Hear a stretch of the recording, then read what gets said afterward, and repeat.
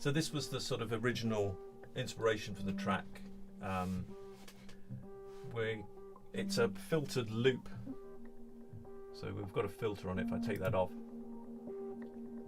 not doing that much, but we just like the sort of warm tones and the rhythmic bleeping sort of sound. It's just sort of quite hypnotic in a way, I suppose. Yeah, it is, and it's got a kind of inherent rhythm in it, but it's also quite emotional in a way. Yeah, and I think throughout the track we've got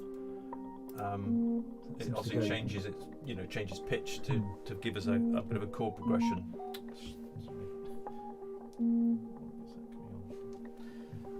So starting with this, then obviously you start building on top of it. So the next part is a piano part that we had, which it's got a delay on as well as a distortion. Yes, so if I play the original, so that's what we've ended up with. So we've got this plugin called Isotope Trash 2, which is quite a nice distortion, but it has multi-effects in it and all sorts of there's a convolution thing which obviously changes the sound quite a lot, and a delay. So if I take the plug-in, the original part sort of fairly simple, was amazing with that sort of 16th echo.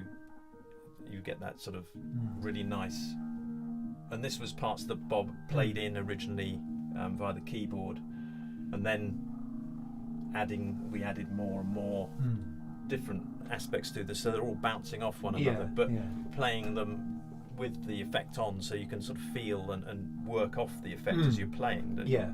So, and I think that goes on, and this track is quite complex, and it's got this loop going all the way through, and then another one that comes in that gives you the sense that the chords are moving, and then later on there's another part that comes in to add more momentum. If I solo that part, bring my mixer across, so the plugin has Isotope Trash here. So we're actually using the distortion part of it. I'm not using the convolution part, which adds a sound based on an inputted sound and gives you an overall effect, is added, and it just has a whole list of different things. This one's light bell, and there's a filter on it that's doing as a little dip, because a lot of the time we'll use, lots of plugins have their own presets, and we'll sort of flick through and happen upon something that we like, and we might fiddle around with it slightly if it doesn't do exactly what we want, but using presets is a great way of getting a sort of an inspiration as well. Oh God, yeah, definitely.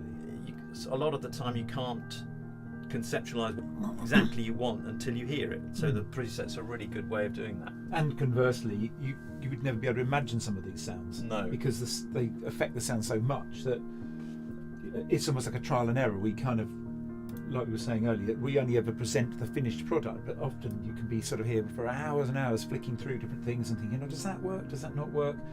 It might sound really good, and then when you put it with the other part of the track, it makes the other part of the track sound not quite so good, and then you have to modify that again, and it kind of, eventually you sort of get to a point where you getting everything to fit together in a way that you think works really well. And then we had this bass, I think we touched upon that earlier, but which is basically a very silent, it was coming in, which again is a sample, but that was played in, so Bob played the part in. If I bring that, so this is a Contact player, well it's actually Contact 6 now, so it's just one of the ones that comes with the complete set. So it's Scarby bass, which is quite a nice sort of real sounding bass, and in this instance seems to work quite nicely as underpinning the whole track, doesn't it? It's quite a warm, definitely flowing sort of sound.